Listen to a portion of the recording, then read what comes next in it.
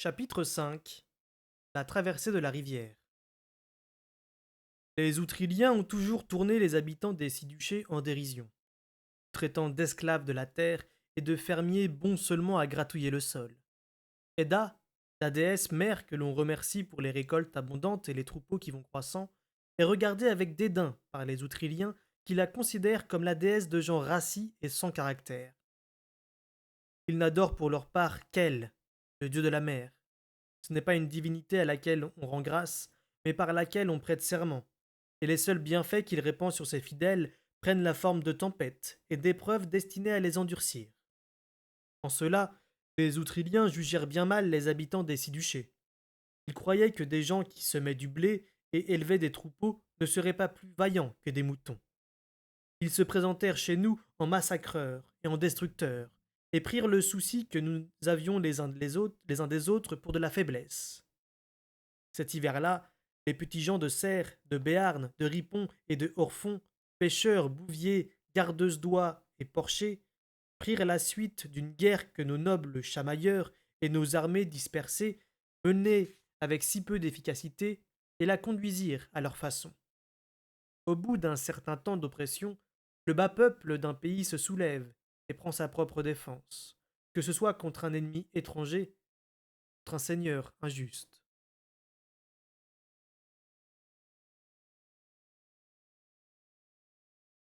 Nos compagnons se levèrent en grommelant le lendemain matin, car il faisait froid, il fallait se hâter, et ils évoquèrent entre eux des visions nostalgiques de gruaux bien chauds et de gâteaux cuits dans l'âtre. Pour nous réchauffer l'estomac, nous n'avions guère que de l'eau chaude. Je remplis la casserole de caudron, retournai faire le plein de ma timbale, puis, la vue troublée par la migraine, je cherchais de l'écorce selfique dans mon pactage. Mon rêve d'art de la nuit précédente m'avait laissé nauséeux et tremblant, et je défaillais à la simple idée de manger. Tout en buvant sa tisane à petites gorgées, Caudron m'observa pendant que je détachais des copeaux d'un bloc d'écorce et les faisais tomber dans ma timbale. Je dus ensuite ronger mon frein en attendant que la décoction eût infusé. Quand je la bus enfin, son affreuse amertume m'inonda la bouche, mais je sentis presque aussitôt ma migraine se calmer. D'une main griffue, Caudron me prit le bloc d'écorce des doigts. Elle l'examina, la renifla, puis de l'écorce elfique s'exclama-t-elle. Elle me regarda d'un air horrifié. Vous êtes bien jeune pour utiliser un produit aussi dangereux. Ça fait passer mes migraines, répondis-je. Je pris une inspiration, puis bus le reste de la timbale d'un trait. Les pailles d'écorce du fond demeurèrent collées à ma langue. Je me forçai à les avaler, puis j'essuyai le récipient et le replaçai dans mon pactage. Je tendis la main, et Caudron me rendit le morceau d'écorce, mais à contre-cœur et avec un regard étrange. Je n'avais jamais vu personne avaler cette tisane cul-sec. Savez-vous à quoi on l'emploie en Chalcède? On m'a dit qu'on en donnait aux galériens pour les revigorer. Ça revigore le corps et ça décourage l'esprit. Un homme qui a pris de l'écorce elfique perd aisément espoir, et il est plus facile à manipuler. Ça émousse la douleur d'une migraine, mais aussi l'esprit. Je m'en méfierais à votre place. Je haussai les épaules. J'en prends depuis des années, répondis-je en rangeant le bloc d'écorce dans mes affaires. Raison de plus pour arrêter tout de suite, fit-elle d'un ton acerbe. Elle me donna son pactage pour que je le place dans la carriole.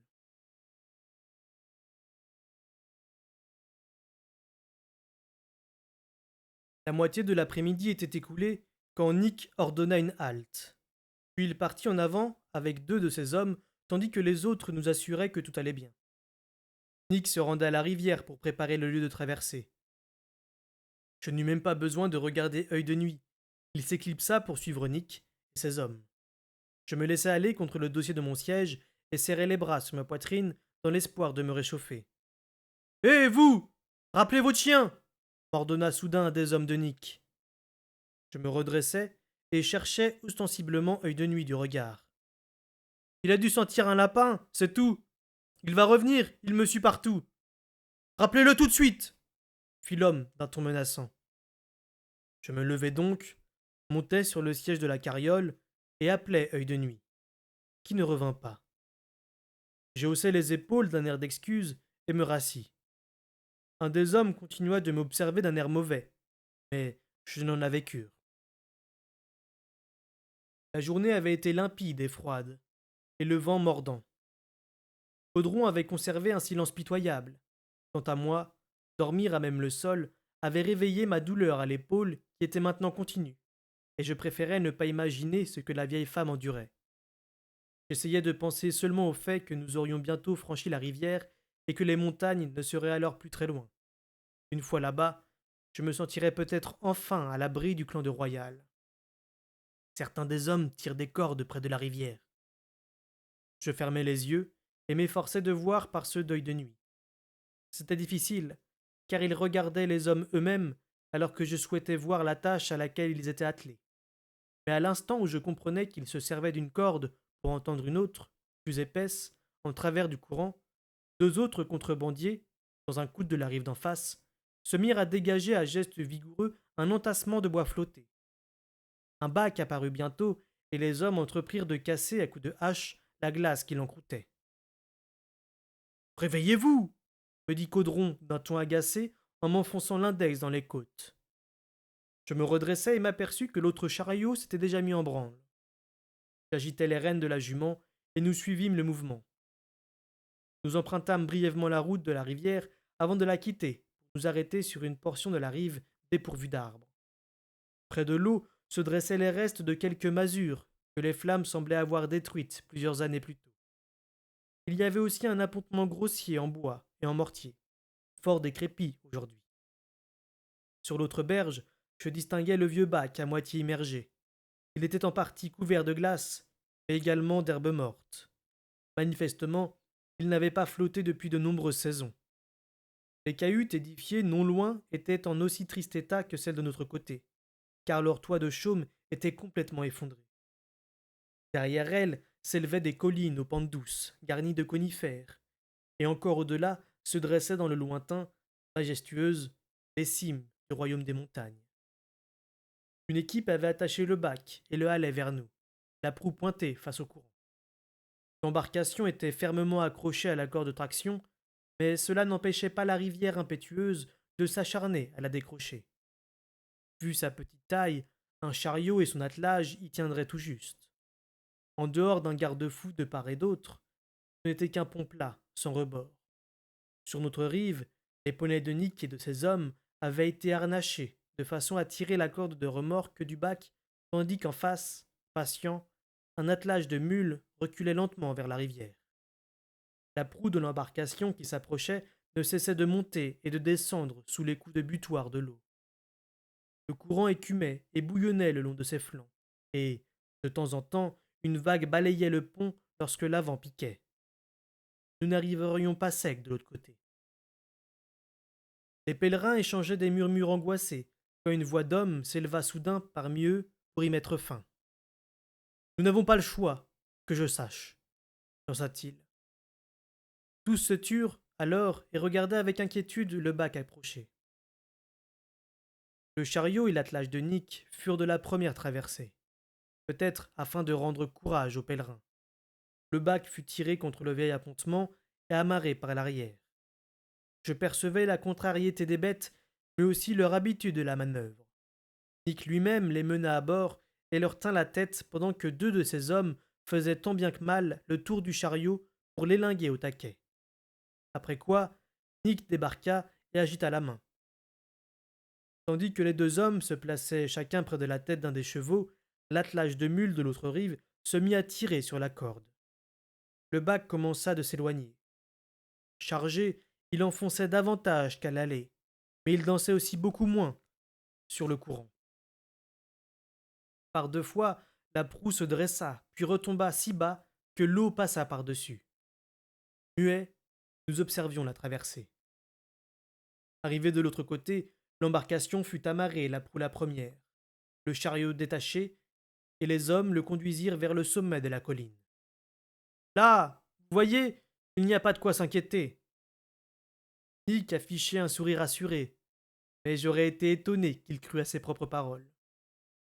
Deux hommes revinrent à bord du lac, visiblement peu réjouis. Agrippés au garde-fou, Ils essayaient avec force grimace d'échapper aux embruns de la rivière, ce qui ne les empêcha pas d'arriver trempés.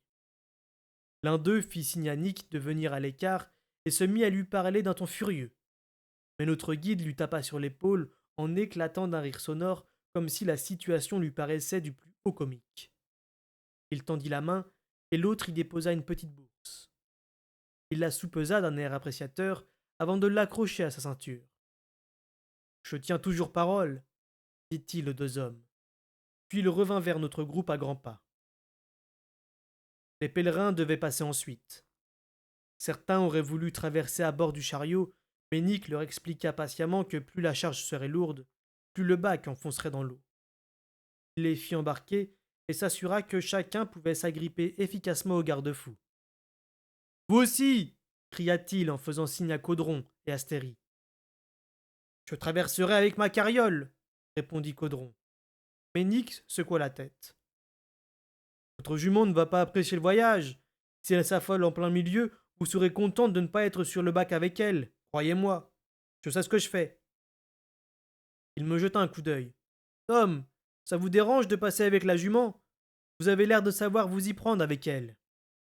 Jack essaie de la tête. Eh bien voilà, Tom s'occupera de votre jument. Allez, embarquez maintenant. Caudron se renfrogna, mais dut reconnaître le bien fondé du raisonnement. Je l'aidai à descendre de la voiture, puis Astérie la prit par le bras et l'accompagna au bac. Nick monta derrière elle et s'adressa brièvement aux pèlerins pour leur dire de s'accrocher et de ne pas avoir peur. 3 de ces hommes embarquèrent et l'un d'eux insista pour tenir lui-même le plus petit des enfants. Je connais la traversée, expliqua-t-il à la mère inquiète, et je veillerai à ce que votre fille arrive de l'autre côté. Ne vous souciez que de vous-même. À ces mots, la petite fille se mit à pleurer, et ses cris stridents restèrent audibles par-dessus le fracas de l'eau lorsque le bac s'éloigna. À côté de moi, Nick regarda l'embarcation prendre le large.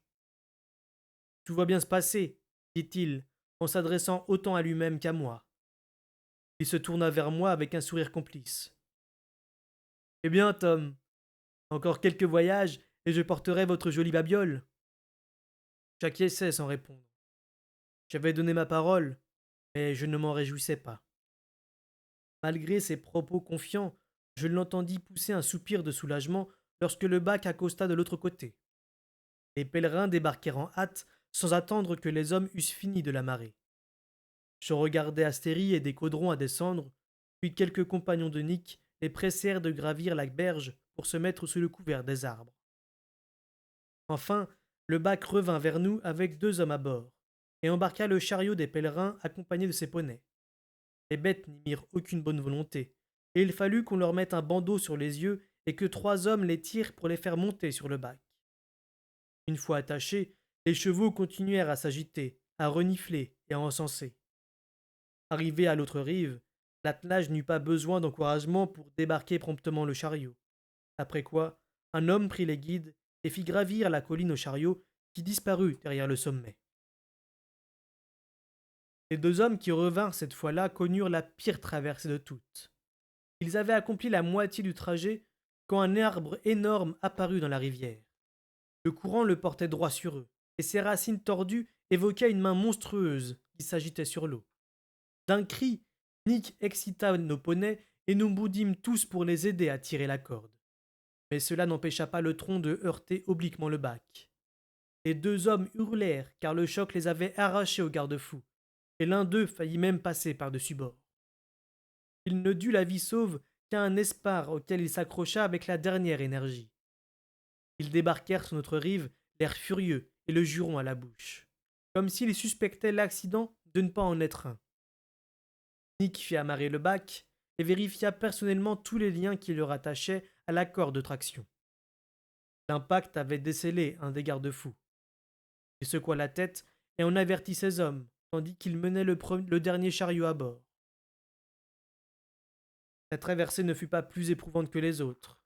Néanmoins, c'est avec quelque émoi que je l'observais, sachant que j'étais de la prochaine. Ça te dit un bain, œil de nuit? Si la chasse est bonne de l'autre côté, ça en vaut le risque, répondit-il. Mais je sentis qu'il partageait mon inquiétude. Je m'efforçai de me calmer moi-même ainsi que la jument de Caudron, pendant que les hommes amarraient le bac à l'appontement. Puis je l'y menai en lui tenant des propos apaisants. Je l'assurai de mon mieux que tout irait bien, et elle parut me croire, car elle s'avança d'un pas tranquille sur les planches balafrées du pont pendant que je la guidais lentement en lui expliquant ce que je faisais. Elle resta sans bouger pendant que je l'attachais à un anneau fixé dans le bois. Deux des hommes de Nick amarrèrent solidement le chariot à l'aide de cordes. Puis, Œil de Nuit sauta dans le bac et se coucha aussitôt. Le ventre contre le pont, ses griffes enfoncées dans le bois, il n'appréciait pas la voracité avec laquelle la rivière tirait sur le bac. Moi non plus, à vrai dire. Il vint se tapir près de moi, les pattes écartées. Vous, vous accompagnez Tom et le chariot, annonça Nick aux hommes dégoulinants qui avaient déjà effectué une traversée. Vega et moi, on se chargera de nos poneys au dernier voyage. Ne vous approchez pas de la jument, au cas où elle se mettrait à ruer. Ils montèrent à bord d'un air circonspect, en jetant des regards presque aussi méfiants à Œil de Nuit qu'à la jument. Ils se rendirent à l'arrière et s'y tinrent. Œil de Nuit et moi demeurâmes à l'avant. J'espérais que nous y serions à l'abri des coups de sabot. Au dernier moment, Nick déclara: Je viens avec vous, finalement. Et il démarra le bac lui-même, avec un grand sourire et un salut de la main à l'adresse de ses hommes. L'attelage de mules de l'autre rive se mit en mouvement, et, avec une embardée, nous nous dirigeâmes vers le milieu du courant. Être spectateur d'un événement n'est pas le vivre. La première vague d'embrun me fit octer. Nous n'étions soudain plus que des jouets aux mains d'une gosse imprévisible. La rivière se précipitait autour de nous, tirait sur le bac et s'évertuait à le décrocher avec des rugissements de rage. Le bruit furieux de l'eau était presque assourdissant. Le bac piqua brutalement du nez et je m'agrippais fermement au garde-fou alors qu'une vague balayait le pont en essayant de me saisir les chevilles. La seconde fois qu'un panache d'eau jaillit de la proue et s'abattit sur nous tous, la jument poussa un hennissement affolé. Je lâchai le garde-fou dans l'intention d'attraper sa têtière. Deux des hommes paraissaient avoir eu la même idée, car ils se dirigeaient vers l'avant en s'accrochant à la carriole. D'un geste de la main, je leur signalai de faire demi-tour, puis je me retournai vers la jument. J'ignorerais toujours ce que l'homme comptait faire. Peut-être voulait-il m'assommer avec le pommeau de son poignard. Toujours est-il que j'aperçus un mouvement du coin de l'œil, pivotai et me trouvai face à lui à l'instant d'une nouvelle embardée du bac. L'homme me manqua et son élan l'envoya heurter la jument. La bête, déjà affolée, se laissa aller à un déchaînement de ruades et se mit à secouer violemment la tête dont un coup me fit reculer en chancelant. J'avais presque retrouvé mon équilibre quand l'homme se jeta de nouveau sur moi. Derrière la carriole, Nick se battait avec un autre. D'un ton furieux, il cria quelque chose où il était question de sa parole et de son honneur. Je me baissai pour échapper au coup de mon assaillant quand par-dessus la proue jaillit une vague qui m'emporta jusqu'au milieu du bac. Je saisis au passage une roue de la carriole et m'y cramponnai en hoquetant. Je venais de dégainer à moitié mon épée quand une main m'agrippa par derrière. Mon premier adversaire se précipita vers moi, un sourire carnassier aux lèvres, la lame de son poignard en avant. Soudain, un éclair de fourrure mouillée passa près de moi. Œil de Nuit heurta l'homme en pleine poitrine et le jeta contre le garde-fou. J'entendis le craquement du montant de bois affaibli. Lentement, lentement, loup, homme et garde-fou tombèrent vers l'eau. Je me précipitai vers eux en traînant mon second assaillant derrière moi. Comme il touchait la surface, j'ai réussi à saisir au vol le montant fracassé et la queue d'Œil de Nuit, en sacrifiant pour cela mon épée. Je ne tenais le loup que par le bout de la queue, mais je ne desserrais pas ma prise. Sa tête réapparut au-dessus de l'eau et il se mit à gratter frénétiquement le flanc du bac. Il trouva enfin un appui et commença de se hisser à bord. À cet instant, une botte s'abattit durement sur mon épaule. La douleur jusque-là sourde qui s'y nichait explosa. Le coup suivant me frappa le côté du crâne. Je vis mes doigts s'ouvrir. Œil de Nuit s'éloignait de moi en tournoyant, emporté par le courant. Mon frère hurlai-je. La rivière engloutit mon cri, puis une vague me heurta et m'emplit la bouche et le nez d'eau.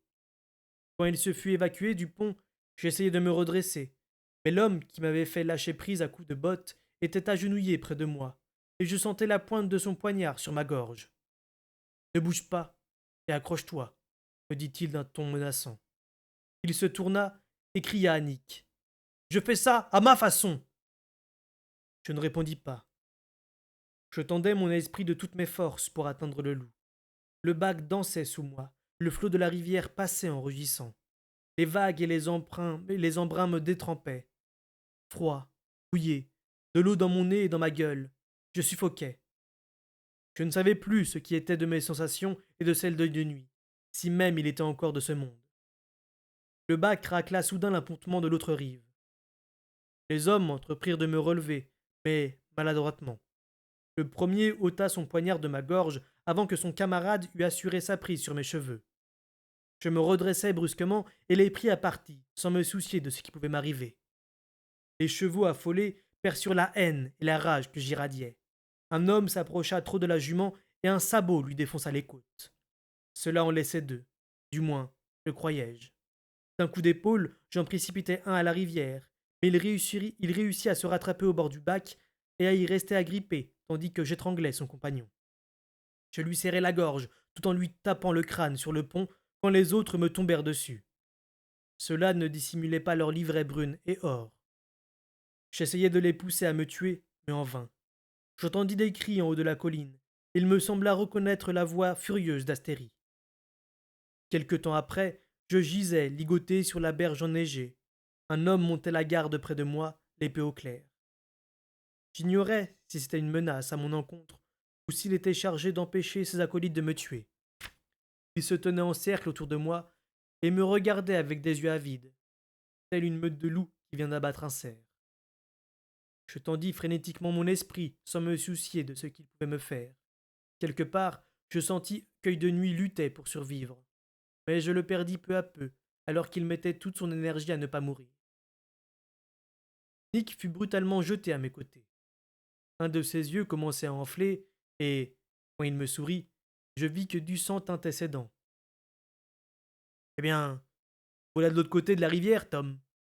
Je vous avais dit que je vous y conduirais, et nous y sommes. Maintenant, je réclame votre boucle-oreille comme convenu. Mon garde lui donna un coup de pied dans les côtes. La ferme, gronda-t-il.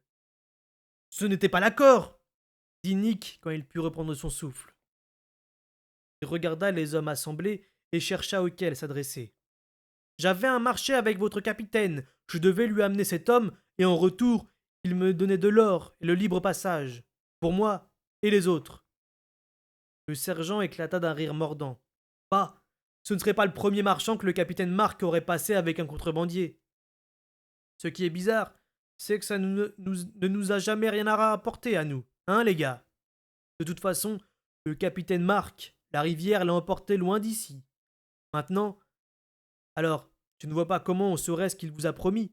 Il a toujours aimé faire le fanfaron. Le Mark. Enfin bon, il n'est plus là. Mais moi, je connais mes ordres, et c'est d'arrêter tous les contrebandiers et de les conduire à œil de l'huile. Je suis un bon soldat, moi. Se baissant, le sergent soulagea Nick de la bourse d'or des pèlerins et de la sienne propre. Nug se débattit et perdit un peu de sang dans l'affaire. Je ne l'observais que d'un œil. Il m'avait vendu au garde de Royal. Et comment avait-il su qui j'étais? Par mes confidences sur Laurier à Astérie, me dis-je avec amertume. J'avais fait confiance, et cela m'avait rapporté ce que cela me rapportait toujours. Je ne me tournais même pas pour regarder les gardes emmener Nick. Je n'avais qu'un seul ami fidèle, et il l'avait payé par ma stupidité. Encore une fois. Les yeux au ciel, j'ouvris mon esprit aussi largement que possible, et le tendis de toutes mes forces. Je trouvai œil de nuit, quelque part. Ses griffes grattaient une berge raide et glacée. Son épaisse fourrure était gorgée d'eau, si alourdie qu'il avait du mal à garder la tête hors de l'eau. Il perdit prise. La rivière s'empara de nouveau de lui, il recommença à tournoyer dans le courant. Les tourbillons l'aspirèrent, le maintinrent un moment sous l'eau, puis le rejetèrent soudain à la surface. L'air qu'il aspira à gorge octante était chargé d'embrun. Il n'avait plus de force. Accroche-toi, commandai-je. Ne te laisse pas aller. Et le courant capricieux le précipita encore une fois contre une berge. mais celle-ci était couverte d'un enchevêtrement de racines pendantes. Ses griffes s'y prirent, et il se hissa le long de la rive en jouant des quatre pattes, tout en recrachant de l'eau et en aspirant de l'air par saccades hachées. Ses poumons se gonflaient et se vidaient comme des soufflets de forge. Sors! Ébroue-toi! Il ne répondit pas, mais je le sentis qui halait son propre poids sur le sommet de la berge. Lentement, il gagna les broussailles. Il rampait comme un chiot nouveau-né, sur le ventre. L'eau dégoulinait de ses poils et forma une mare tout autour de lui, là où il s'était arrêté. Qu'il avait froid. De la glace se formait déjà sur ses oreilles et son museau. Il se releva et tenta de s'ébrouer. Il tomba sur le flanc. Il se redressa une nouvelle fois en tremblant et s'écarta de la rivière encore de quelques pas titubant. Il s'ébroua de nouveau en faisant voler de l'eau tout autour de lui. Ce geste l'allégea et lui redressa le poil en même temps. Il demeura sans bouger, la tête basse, puis il vomit de l'eau. Trouve un abri, roule-toi en boule et réchauffe-toi. Il n'arrivait pas à penser clairement. L'étincelle de son être avait presque disparu. Il éternua violemment à plusieurs reprises, puis promena son regard autour de lui. Là, le pressai-je, sous l'arbre. Le poids de la neige avait courbé les frondaisons du conifère, presque à toucher le sol. En dessous se trouvait un petit creux garni d'un épais tapis d'aiguilles. S'il s'y coulait et s'y roulait en boule, peut-être parviendrait-il à se réchauffer. Vas-y, lui dis-je. Tu peux y arriver. Vas-y. J'ai l'impression que vous lui avez tapé dessus trop fort. Il a les yeux dans le vague. T'as vu ce que la femme a fait à Skef? Il saigne comme un porc. Et il lui en a retourné une solide. Où est partie la vieille? Quelqu'un l'a retrouvée? Elle n'ira pas loin avec cette neige. T'inquiète pas. Réveille-le et oblige-le à se lever. Mais il ne bat même pas des paupières. Il respire à peine. M'en fous. Conduis-le sur ses dards. Après ça, ça nous regarde plus. Je sentis que les gardes me redressaient, puis qu'ils m'entraînaient sur la colline. Mais, sans prêter davantage attention à ce corps-là, je m'ébrouais avant de me glisser en rampant sous l'arbre. J'avais juste la place de m'y mettre en rond, la queue sur le museau. J'agitais les oreilles pour les débarrasser des gouttelettes qui y restaient. Dors maintenant. Tout va bien. Dors. Je lui fermai les yeux. Il frissonnait toujours, mais une chaleur hésitante renaissait en lui. Doucement, je le quittai. Je levai la tête et vis à nouveau par mes propres yeux. Je marchais sur une piste pentue, flanquée de deux grands gardes bogiens. Je n'eus pas besoin de regarder derrière moi pour savoir que d'autres nous suivaient. Devant nous, j'aperçus les chariots de Nick arrêtés à l'abri des arbres, et ces hommes assis par terre, les mains liées dans le dos. Les pèlerins dégoulinants se serraient autour d'un feu, entourés de plusieurs gardes. Je ne vis ni Astérie, ni Caudron. Une femme tenait son enfant contre elle et pleurait bruyamment sur son épaule. Le petit ne paraissait pas réagir. Un homme croisa mon regard, puis se détourna pour cracher au sol. C'est la faute du bâtard au vif, si nous en sommes là, dit-il tout haut. Il déplaît à Eda, il a souillé notre pèlerinage. Me conduisit à une tente d'aspect confortable, dressée à l'abri d'un bouquet de grands arbres. Sans ménagement, on me fit franchir les rabats, et on me jeta à genoux sur une peau de mouton épaisse, étendue sur un plancher de bois. Pendant qu'un des gardes me tenait par les cheveux, le sergent annonça. Le voici, messire. Le loup a eu le capitaine Marc, on a eu le loup. D'un large brasero émanait une chaleur réconfortante.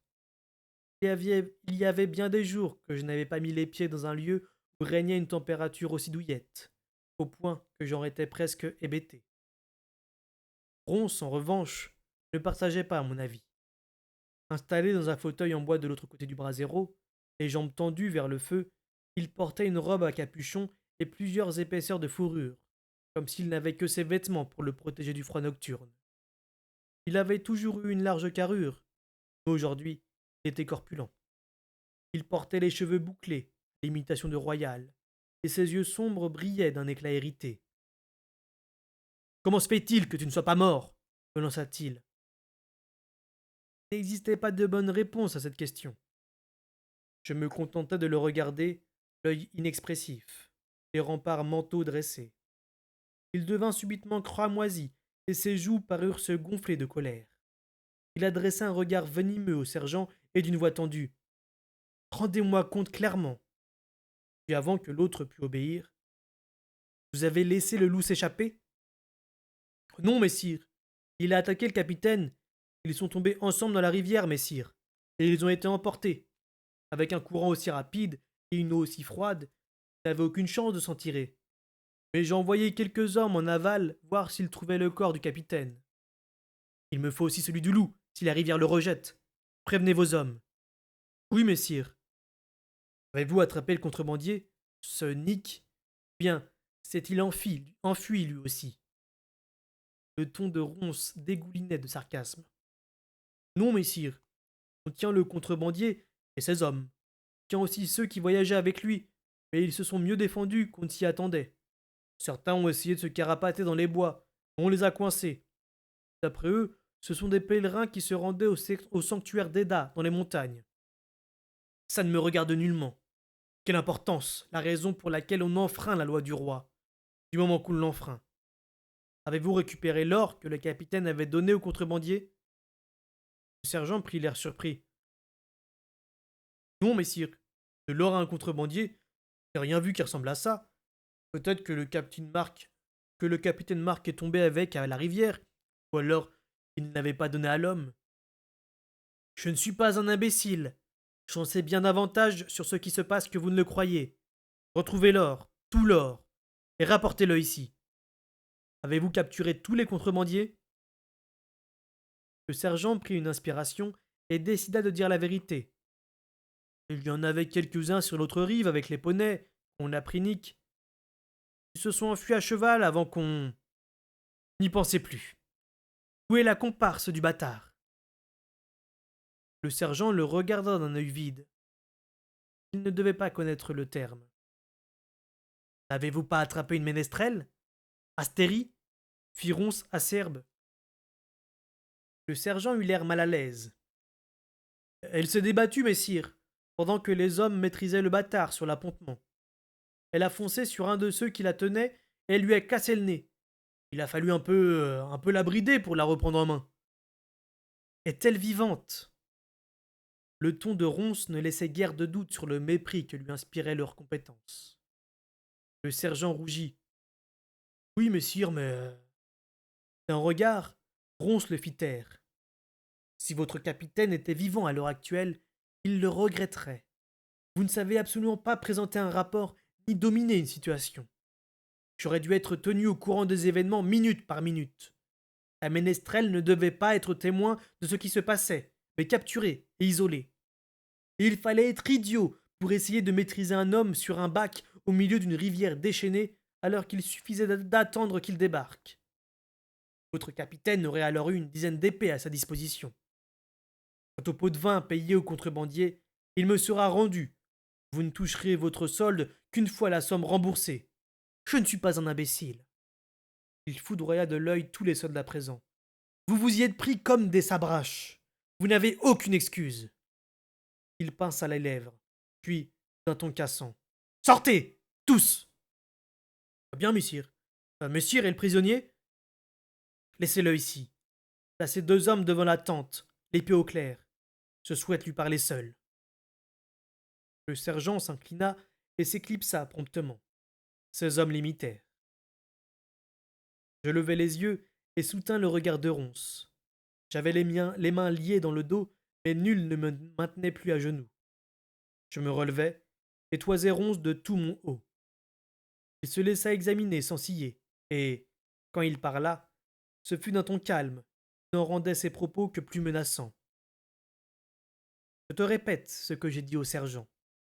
Je ne suis pas un imbécile. Je ne doute pas que tu aies déjà un plan d'évasion, dont mon assassinat fait probablement partie.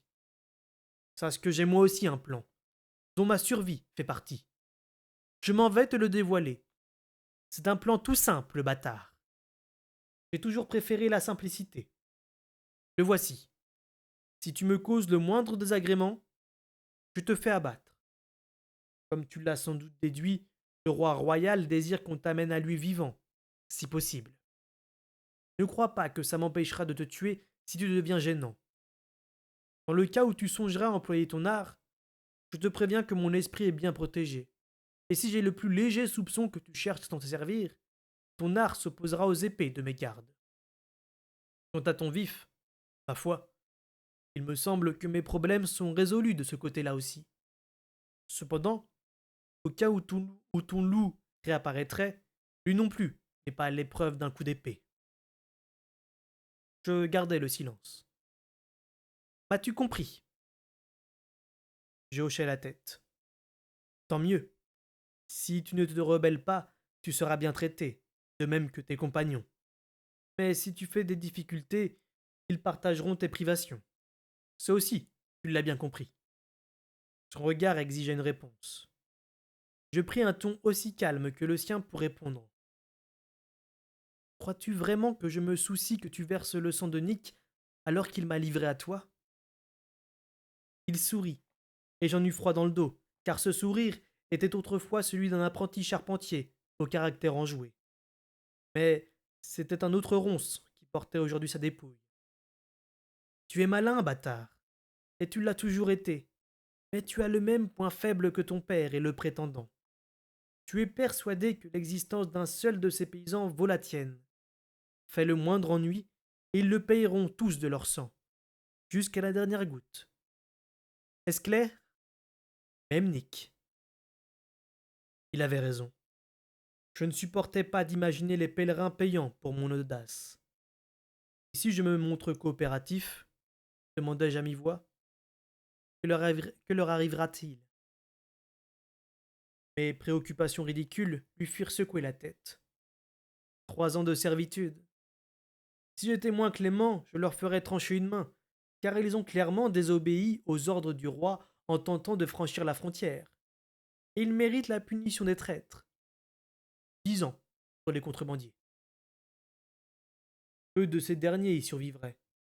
Je le savais. Et la ménestrelle?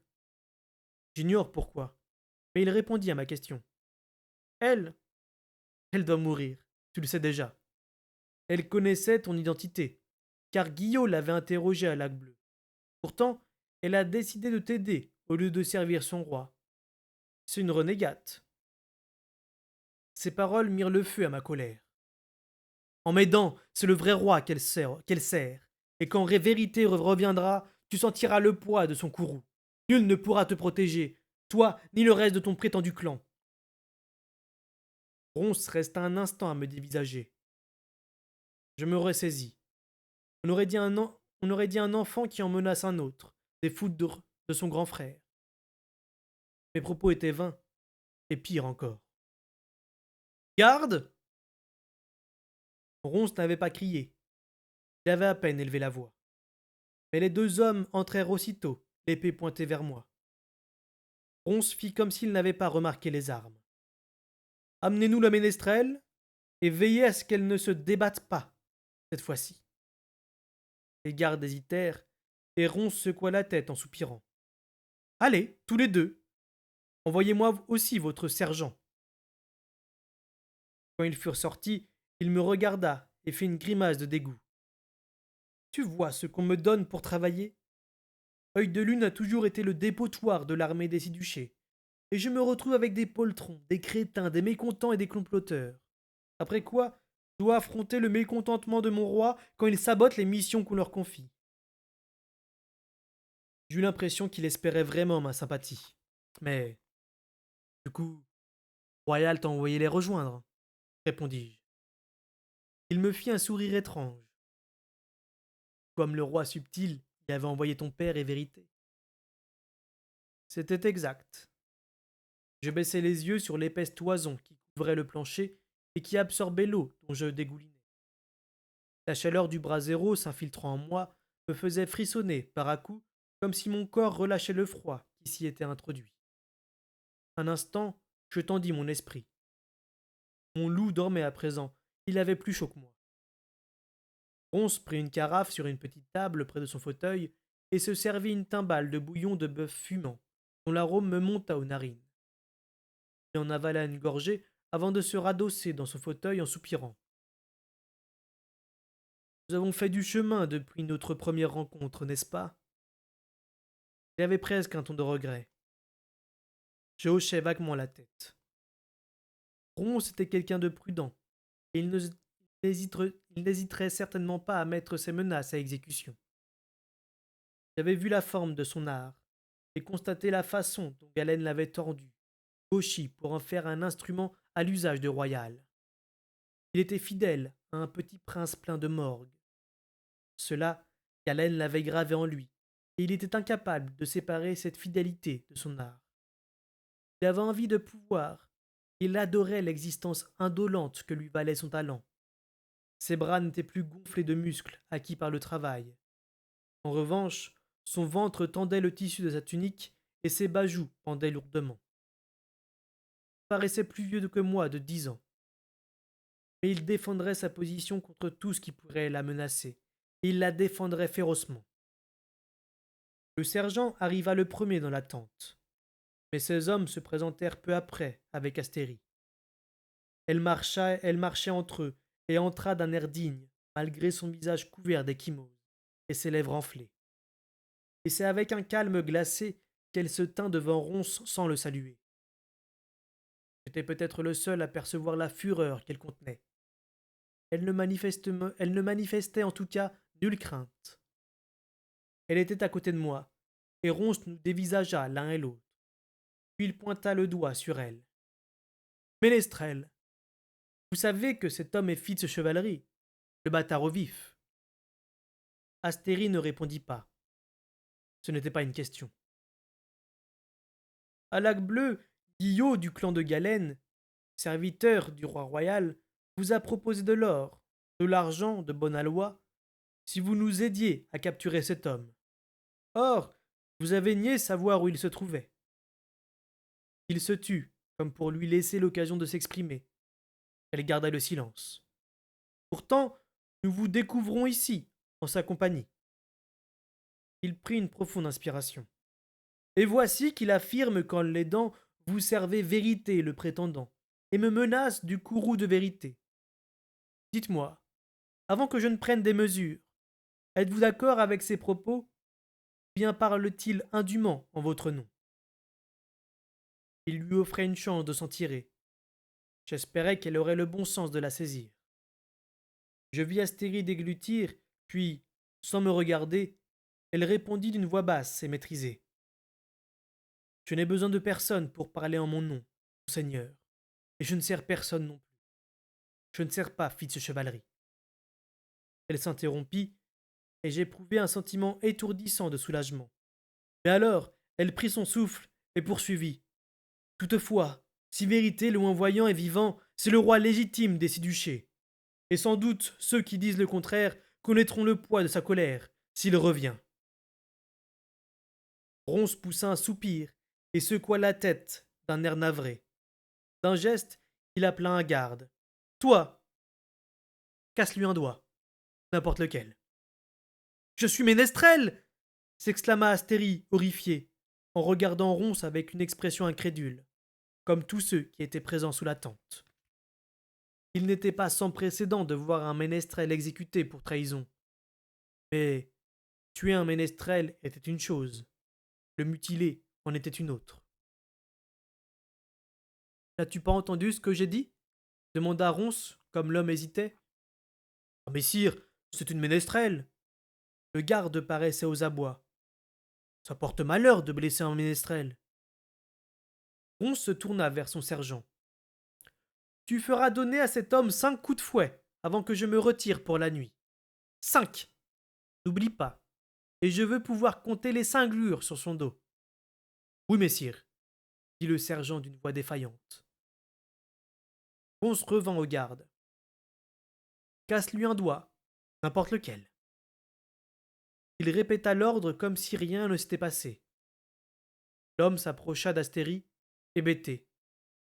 Il allait obéir, et Ronce ne reviendrait pas sur ce qu'il avait ordonné. Je te tuerai, dis-je à Ronce avec sincérité. Il sourit d'un air serein. Garde, tu casseras 2 doigts à la ménestrelle, n'importe lesquels. Vivement, le sergent vint se placer derrière moi en tirant son poignard. Il posa la lame sur ma gorge et me contraignit à me genouiller. Je levai les yeux vers Astérie. Elle jeta vers moi un regard totalement vide, puis elle le détourna. Comme moi, elle avait les mains liées dans le dos. Les yeux braqués droit devant elle, sur la poitrine de Ronce, elle resta sans bouger, muette, blêmissant de seconde en seconde, jusqu'au moment où le garde la toucha. Elle émit un cri rauque quand il lui saisit les poignets, puis elle poussa un hurlement qui ne put couvrir les 2 petits craquements que firent ses doigts lorsque l'homme les rabattit en arrière. Montre-moi, ordonna Ronce. Comme s'il rendait Astérie responsable du geste qu'il avait été contraint de commettre, l'homme la poussa violemment, et elle tomba à plat ventre sur la peau de mouton aux pieds de Ronce. Après le hurlement, elle n'avait plus poussé un cri. Les 2 derniers doigts de sa main gauche se dressaient de travers par rapport aux autres. Ronce les examina, puis hocha la tête, satisfait. Emmène-la, et veille à ce qu'elle soit bien gardée. Ensuite, présente-toi à ton sergent. Quand il en aura fini avec toi, reviens me voir, dit-il d'un ton uni. Le garde saisit Astérie par le col, la redressa sans douceur, et sortit en la poussant devant lui.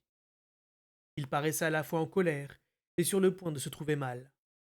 Ronce fit un signe de la tête au sergent. Laisse-le se relever. Une fois debout, je le regardais de tout mon haut, tandis qu'il était obligé de lever les yeux vers moi.